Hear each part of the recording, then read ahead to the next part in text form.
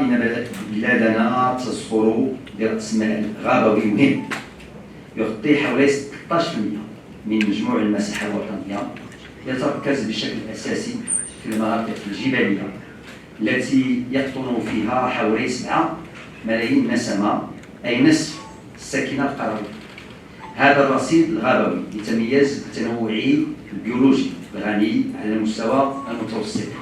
تعرفوا بأن احنا البلاد الثانية مع تركيا فيما يخص التنوع البيولوجي في هذا الحائط المتوسط. Nous présentons aujourd'hui les conclusions du rapport sur les écosystèmes forestiers. La forêt au Maroc est très importante. Nous avons un capital forestier très riche. En ce qui concerne par exemple la diversité biologique, nous sommes le 2e pays après la Turquie dans le bassin méditerranéen. Mais la forêt est aussi utilisée dans différents domaines, que ce soit le domaine du tourisme, de l'agriculture, de l'énergie et bien sûr de l'environnement. Pour vous donner quelques chiffres, la forêt, c'est 13% de la superficie marocaine. 7 millions de Marocains y vivent, c'est à peu près la moitié de la population rurale.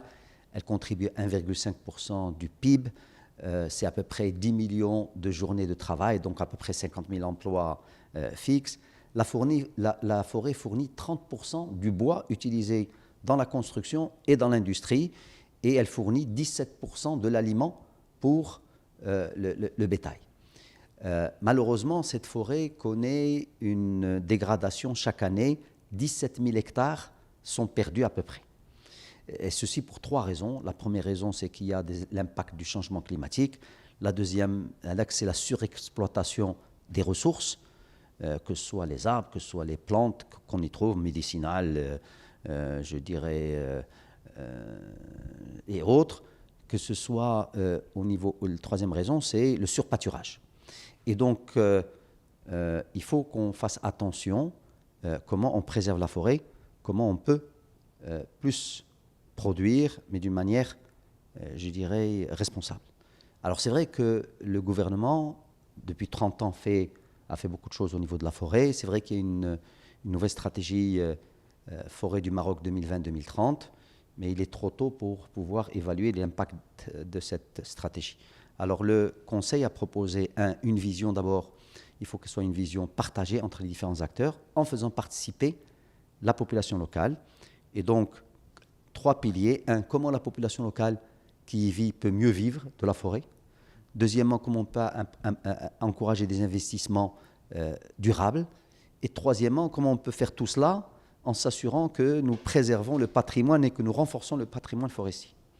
Alors, quelques exemples de propositions. 1, on dit qu'il faut créer un code forestier qui va regrouper et mettre à jour les différents textes de loi qui existent en définissant les droits et les obligations des différentes parties prenantes.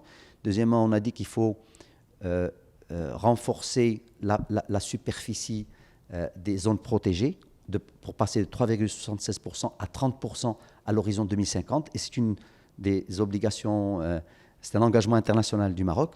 Troisièmement, il faut accélérer tout ce qui est replantation et reboisement, replanter des arbres, des plantes qui n'existent plus ou qui sont en train de disparaître, en privilégiant bien sûr les espèces, je dirais les plantes locales et les arbres locaux pour un meilleur reboisement.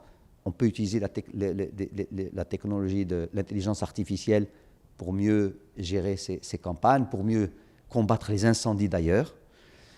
Il faut valoriser mieux la forêt.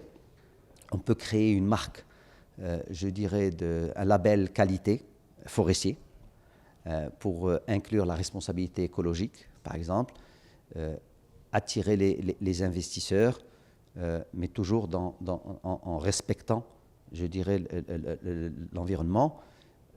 Il y a des arbres qui sont aujourd'hui dans le domaine forestier qu'on peut passer dans le domaine d'arbres fruitiers. Par exemple, l'argane, il a ce statut, mais il y en a d'autres, pour pouvoir plus les planter dans le domaine privé.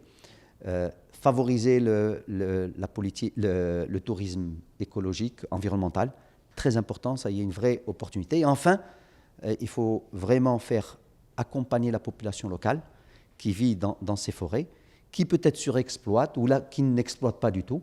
comment ils peuvent développer des activités autres, par exemple au niveau des plantes aromatiques, au niveau de la culture de champignons, d'arbres fruitiers, d'accord, pour leur permettre de vivre décemment.